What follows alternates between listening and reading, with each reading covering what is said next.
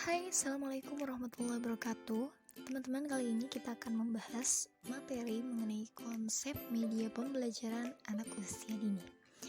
Nah, media pembelajaran adalah segala bentuk alat komunikasi yang dapat digunakan untuk menyampaikan pesan atau informasi dari sumber kepada anak didik yang bertujuan agar dapat merangsang pikiran, perasaan, minat, dan perhatian anak didik untuk mengikuti kegiatan pembelajaran.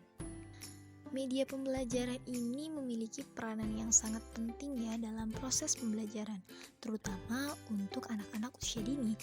Media pembelajaran ini merupakan bagian yang integral dari seluruh sistem pembelajaran. Media juga dapat dijadikan sebagai wahana untuk mendekatkan persepsi dan pemahaman guru dengan daya tangkap anak didik. Peran media dalam pembelajaran anak usia dini. Yang pertama, untuk memperjelas penyajian pesan dan mengurangi verbalitas. Yang kedua, memperdalam pemahaman anak didik terhadap materi pelajaran. Yang ketiga, memperagakan pengertian yang abstrak kepada pengertian yang konkret dan jelas. Yang keempat, mengatasi keterbatasan ruang, waktu, dan daya indera manusia. Lalu yang kelima, penggunaan media pembelajaran yang tepat akan dapat mengatasi sikap pasif. Selain itu, peran media dalam pembelajaran anak usia dini ini yang pertama bisa mengatasi sifat unik pada setiap anak didik. Lalu yang kedua, media mampu memberikan variasi dalam proses belajar mengajar. Yang ketiga, media mampu memberikan kesempatan pada anak didik untuk mereview pelajaran yang diberikan. Dan yang keempat, dapat memperlancar pelaksanaan kegiatan belajar mengajar dan mempermudah tugas para guru. Untuk memahami secara komprehensif manfaat diadakannya media pembelajaran ini, maka disajikanlah beberapa fungsi media pembelajaran menurut Leaf dan Lenz yang dikutip dari buku Rita Kurnia yang menyatakan bahwasanya media pembelajaran ini memiliki beberapa fungsi. Yang pertama, fungsi atensi, yaitu menarik dan mengarahkan perhatian murid pada isi pelajaran dibantu dengan media gambar sehingga memiliki kemungkinan mengingat isi pelajaran lebih besar.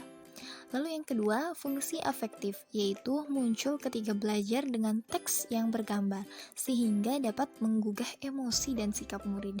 Yang ketiga, fungsi kognitif, yaitu mengungkapkan gambar, memperlancar pencapaian tujuan, memahami, dan mengingat informasi yang terkandung. Lalu yang keempat, fungsi kompensatoris, yaitu berfungsi mengakomodasikan murid yang lemah dan lambat menerima dan memahami sisi pelajaran yang disajikan dengan teks. Adapun faktor-faktor penentu dalam pemilihan media pembelajaran PAUD. Faktor-faktor yang perlu disikapi dalam pemilihan media pembelajaran PAUD adalah komunikatif, harganya yang murah, nilai kepraktisannya, dan kondisi pemakaiannya. Lalu, faktor yang mempengaruhi dalam memilih media pembelajaran itu ada 5. Yang pertama, mode atau metode pembelajaran yang digunakan. Yang kedua, tujuan pembelajaran. Yang ketiga, karakteristik pembelajaran. Yang keempat, aspek kepraktisannya, entah itu biaya atau dan waktunya. Lalu yang kelima, faktor pemakaian.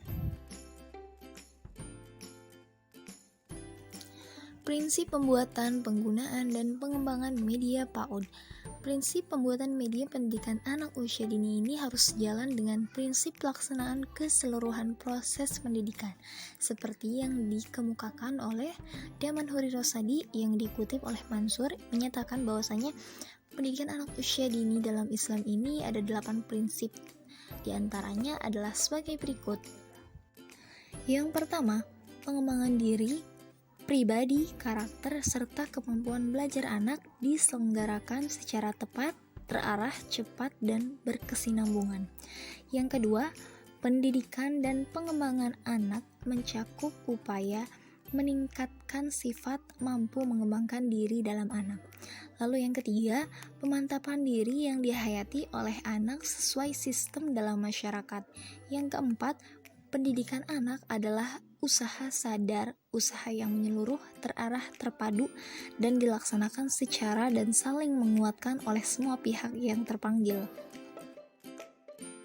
Yang kelima, pendidikan anak adalah suatu upaya yang berdasarkan kesepakatan sosial seluruh lapisan dan golongan masyarakat. Yang keenam, anak mempunyai kedudukan sentral dalam pembangunan, di mana PAUD ini memiliki makna yang strategis dalam pembangunan sumber daya manusia. Yang ketujuh, orang tua dalam keteladanan adalah pelaku utama dan pertama komunikasi dalam PAUD. Lalu yang kedelapan, program PAUD ini harus melingkupi inisiatif berbasis orang tua, berbasis masyarakat, dan institusi formal sekolah.